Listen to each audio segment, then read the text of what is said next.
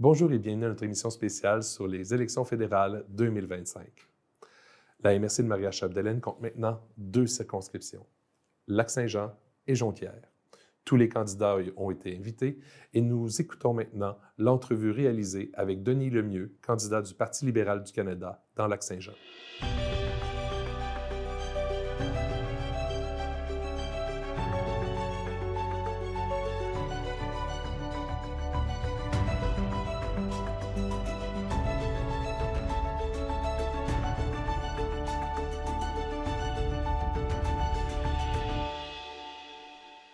Bonjour, je suis en compagnie de M. Denis Lemieux, candidat du Parti libéral du Canada dans Lac-Saint-Jean. Bonjour, M. Lemieux. Bonjour. Vous allez bien? Oui, très bien, vous? Oui, très bien, merci.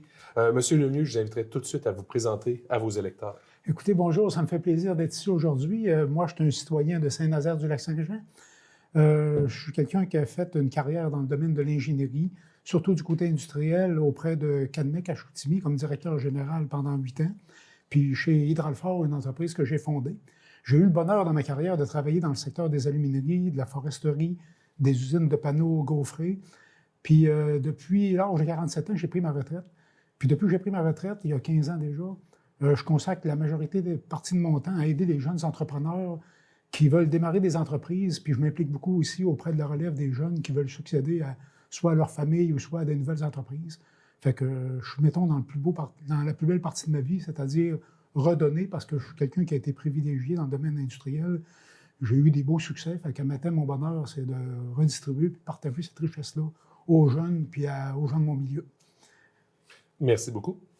Le bois et l'aluminium et la gestion de l'offre dans le contexte de la guerre tarifaire qu'on vit présentement sont principalement ciblés par notre voisin du Sud. Ici, dans la MRC de Maria-Chapdelaine, le bois et la gestion de l'offre sont des dossiers particulièrement importants. Quelle est votre position par rapport à ces deux enjeux? En fait, pour la gestion de l'offre, ma position est bien claire.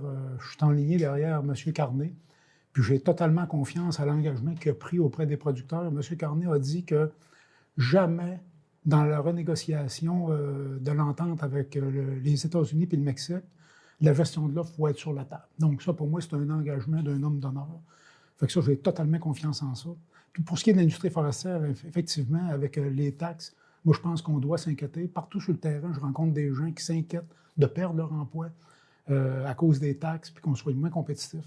Fait que moi, mon réflexe à ça, puis le réflexe de notre gouvernement, c'est d'être proactif, continuer puis travailler fort pour investir dans la recherche et développement, pour trouver des nouveaux débouchés comme des biocarburants, pour s'assurer que si nos voisins du Sud veulent moins de 2 par 4, nous autres, on va avoir des nouvelles options. Puis dans notre programme, on veut créer 500 000 nouvelles habitations par année.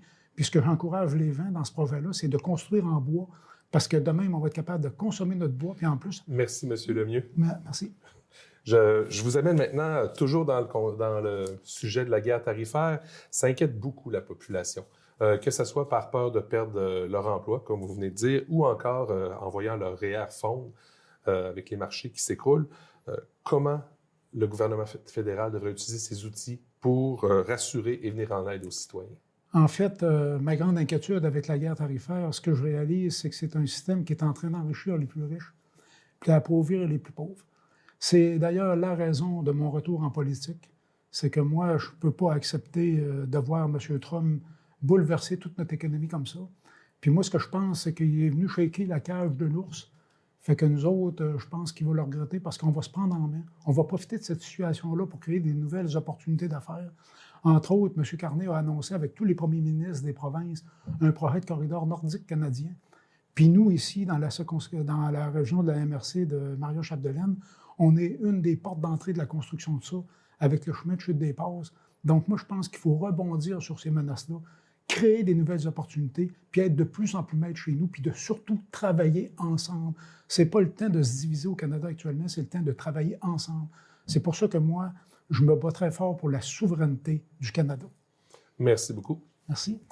La situation actuelle pousse différents paliers de gouvernement à mettre les bouchées doubles sur l'économie, sur les relations internationales. Mais les changements climatiques, eux, continuent. Et comment on devrait gérer la lutte et l'adaptation au changement climatique dans la situation actuelle? Effectivement, vous avez raison. Donald Trump, avec sa nouvelle vision puis sa façon d'orienter le reste de la planète. On a vraiment le sentiment que là, l'environnement s'est vraiment rendu au dernier plan. Nous, au gouvernement libéral, on pense que, comme je disais tantôt, il faut rebondir, il faut créer des nouvelles opportunités, il faut développer nos ressources naturelles, il faut exporter nos minéraux critiques, mais ça, sans sacrifier l'environnement. Puis moi, j'ai deux beaux exemples à dire aux citoyens quand je les rencontre. Premier bel exemple, Rio Tinto Alma avec le projet ELYSIS, qui vont remplacer les anodes de carbone par des anodes inertes. Ces alumineries-là, à maturité, ils ont maintenant 3 cuves actuellement en opération expérimentale. Mais s'ils atteignent leurs objectifs, nos alumineries vont devenir des émettrices d'oxygène pur. Fait que ça, c'est un bel exemple de créer de la richesse en améliorant l'environnement. Puis l'autre bel exemple en terminant, c'est les serres toundra Saint-Félicien qui prennent du CO2 d'usine puis des rejets thermiques pour créer des cocons puis créer une nouvelle économie qui enrichit toute la région avec 200-300 travailleurs.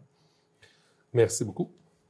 Justement, plusieurs entreprises et organismes publics font de plus en plus appel à de la main-d'œuvre étrangère, qu'elle soit temporaire ou permanente. Comment vous positionnez-vous par rapport à l'immigration?